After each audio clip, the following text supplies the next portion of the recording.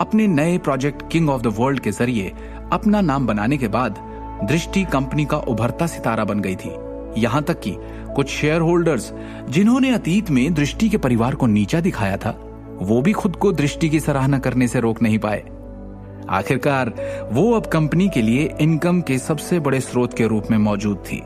King of the world ने उत्तरी प्रांत की ज्वेलरी इंडस्ट्री को पूरी तरह से चकित कर दिया था।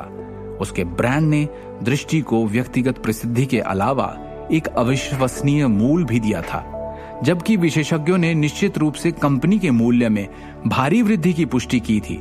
सटीक मूल्य का तो अनुमान भी मुश्किल था। जहां तक तान्या और दर्श का सवाल है, उन्होंने कंपनी से लंबी छुट्टी लेने का फैसला कर लिया। कहनों की प्रदर्शनी के दौरान पूरी तरह से अपमानित होने के बाद ऐसा लगा कि वो कंपनी और इंडस्ट्री में किसी को मुंह दिखाने लायक नहीं बचे हैं। तान्या के अंडर ज्वेलरी डिजाइनरों के बैच को भी प्रोजेक्ट के परिणाम के अनुसार दूसरी जिम्मेदारियां दी गई या स्थानांतरित कर दिया गया था। पहले बड़ी संख्या में अद्वितीय ड्राफ्ट इकट्ठा करने के बाद आभूषण प्रदर्शनी ने कई उच्च स्तरीय कार्यों का निर्माण किया और एक सफलता के रूप में समाप्त हुआ था। वास्तव में कई ज्वेलरी डिजाइनर दृष्टि के निर्माण से प्रेरित थे। उनकी हाल की उपलब्धियों के साथ उसे डिजाइन विभाग में ट्रेनीज और इंटर्न्स के एक बैच के साक्षात्कार और उन्हें असाइन करने का प्रभारी भी बनाया गया था। घटनाओं के हालिया तूफान से गुजरने के बाद दृष्टि ने नारंग के ज्वेलरी ग्रुप में एक महत्वपूर्ण स्थान हासिल किया।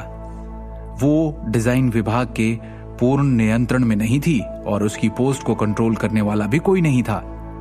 सारी जिंदगी ये दिन वो सपने में देखती आ रही थी। अब वो पूरी तरह से अपनी मंजिल तक पहुंचने के लिए अपनी प्रतिभा का इस्तेमाल खुल के कर सकती थी।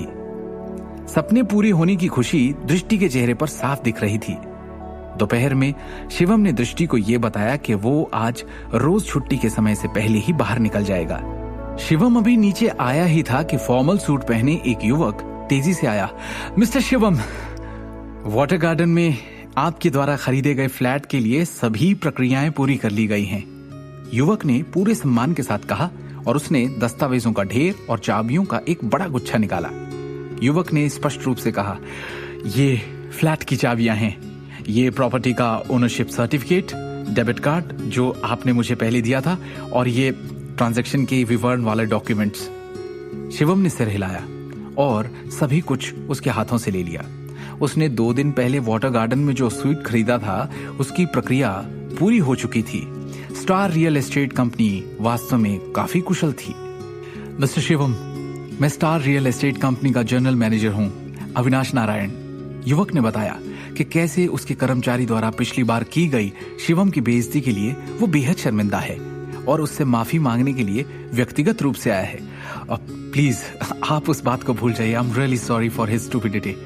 युवक ने विनम्रता से कहा, अगर उसे अपने कर्मचारी से रिपोर्ट नहीं मिली होती तो उसे शिवम गांधी जैसे बड़े क्लाइंट के बारे में कभी पता नहीं चलता।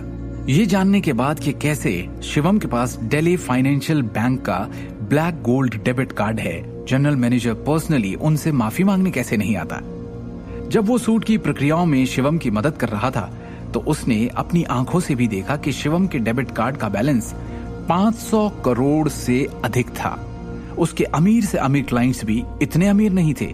इसके अलावा मिस्टर शिवम ने भी लापरवाही से बैंक कार्ड फेंक दिया और सेल्समैन को अपना पासवर्ड ऐसे बता दिया जैसे 500 करोड़ उसके लिए कुछ भी नहीं है। यह आदमी बहुत साहसी था। शिवम ने कहा, आपको इतनी छोटी सी बात के बारे में चिंता करने की जरूरत नहीं है मिस्टर शिवम। हमारी स्टार रियल एस्टेट कंपनी के पास कई उच्च स्तरीय इमारतें और विला हैं। क्या आप उनमें भी रुचि रखते हैं? शिवम ने एक पल के लिए सोचा और कहा, जब मुझे मौका मिलेगा मैं पर्सनली जाकर देख लूंगा। अच्छी बात है मिस्टर शिवम, ये रहा मेरा बिजनेस कार्ड। अविनाश नारायण ने गंभीर स्वर में कहा, अगर आपको रियल एस्टेट के मामले में कोई बिजनेस संबंधी जरूरत है तो भी आप मुझे कभी भी कॉल कर सकते हैं। मैं व्यक्तिगत रूप से आपकी जरूरत की हर चीज का ध्यान रखूंगा। शिवम ने थोड़ा सिर हिलाया। अविनाश नारायण मुस्कुराया और पार्किंग स्थल पर जाने से पहले अपने हाथ से सलामी दी।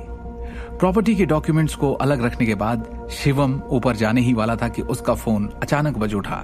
ये दृष्टि का कॉल था। शिवम, नीचे ही मेरा वेट करो। रजत को ड्राइव करने के लिए कह दो। मॉम डैड आज कहीं डिनर पे जाने वाले हैं, हम भी जा रहे हैं। दृष्टि ने कॉल की और दूसरी ओर से कहा, कैसा डिनर?